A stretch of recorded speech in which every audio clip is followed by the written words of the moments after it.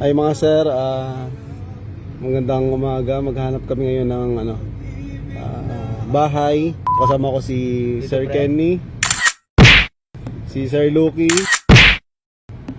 si Sir Gio, saka yung aming pinakamalupit na may-ari ng sasakyan. Mismo yun. Hindi, dito pa. Dito lang. Tatawagan natin. Kami ngayon naghintay ng hintay ng aming contacts.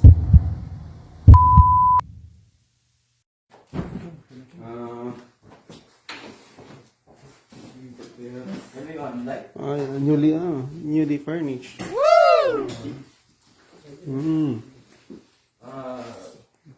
One room, two, and three. It's okay. It's okay. So it's part of It's for only the basement people. it's for the basement. Okay. It's for basement. About the washroom. You have one washroom there and that room also, and this is the The price, tatanong nyo na. $2,850 to. $2,850. 280. Card, yes. $2,850. What? How much? yeah. many person? We are also giving like 2,850.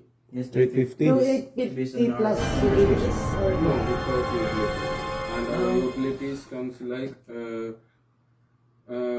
below 600 or 500 something. Yeah, everything is closed down. Okay. If you want to open, you can open. But we don't have a window that room. Because that's not a room. That's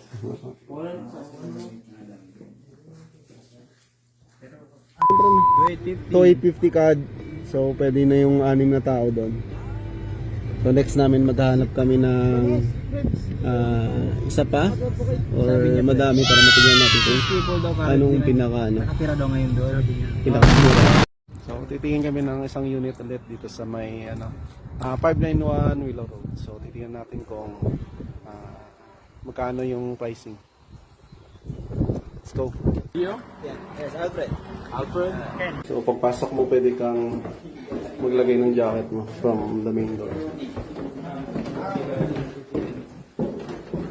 And This good? Yeah. in the back there. Have you guys seen a lot of places so far? This is the second place. Sige, negotiate na kayo doon. So, this is the Every room meron siyang closet. every room. Ayan, closet.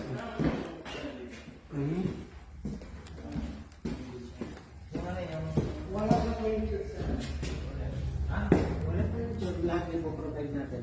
Walang couch na. Walang table. Pero okay naman. Okay, basta magkasama sa presyo.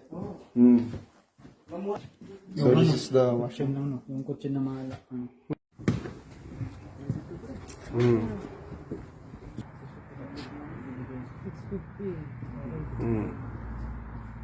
And I have a lawnmower in there The shed. in the shed, and then it would be up to you guys to mow the lawn. Yes. How about shovel? Saying Okay, third stop namin dito sa anong road to, pre? Anong road to? 33 ano to, pre? 33 ano to? 37 Sliman. Ano? Sliman. Sliman.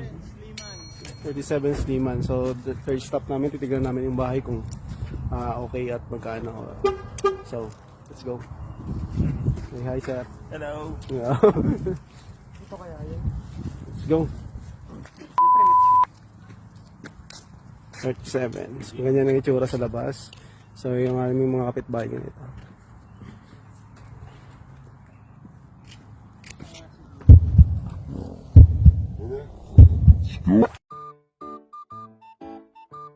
Hindi kami pinapasok at 3 lang ang maximum nila na kailangan. So 6 kami. So wala tayong magagawa. Hanap na lang ng ulit ng iba. Titingin-tingin tayo dito.